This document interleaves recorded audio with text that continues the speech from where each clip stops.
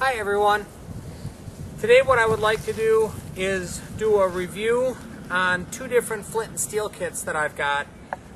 They're both from Midwest Native Skills. One is the Flint and Steel High Intensity Deluxe kit, and the other is the Flint and Steel Standard kit.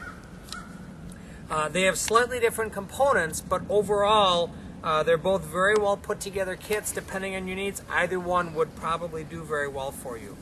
Both kits come with directions on how to use the flint and steel and how to blow the coal that you get from the flint and steel into flame. It even shows you how to go ahead and use the containers to make char cloth, which is a nice benefit of these kits. It has the components that you need to make char cloth, and I'll show you that in another video. But let's open up the Deluxe Flint and Steel kit.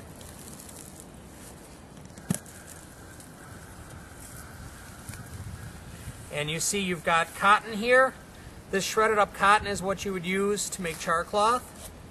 You have a hand forged high intensity striker. You've got a piece of English Brandon flint. You have a nail, which is something that you would use to make char cloth. Again, I'll show that to you in another video. You have jute that's already shredded up that you can use as, we'll use this for our tinder bundle. And then you also have a small container of char cloth.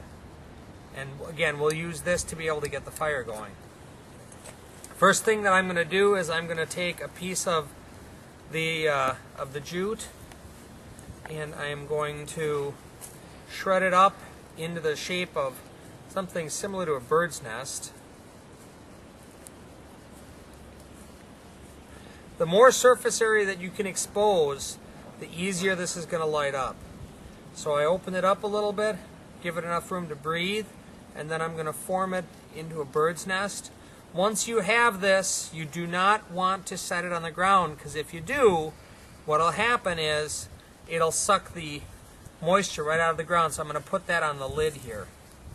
Next I have I'm going to take a piece of char cloth and set that in the lid down here. And now I'm going to strike my steel with the flint so I get a spark onto my char cloth, and that is what's going to create the coal. When you're striking the flint, you want to strike like you're trying to shave a piece off of the steel. So you strike like this. You can see the sparks. All it takes is one good spark, and now I've got the coal going. You can see it's starting to smoke. I'm going to fold this into my tinder bundle and bring this up. And now I'm going to have to continuously manipulate this tinder bundle so that I can get the thing to burst into flame.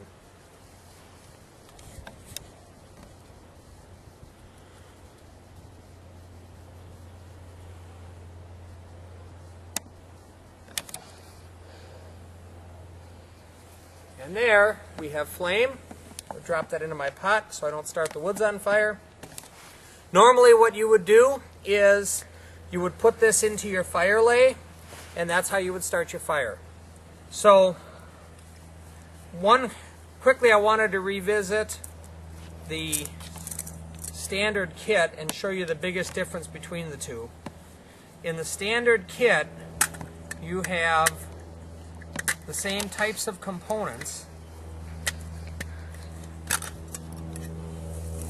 You have the cotton, and you don't have the char cloth isn't in a container, it's just laying free.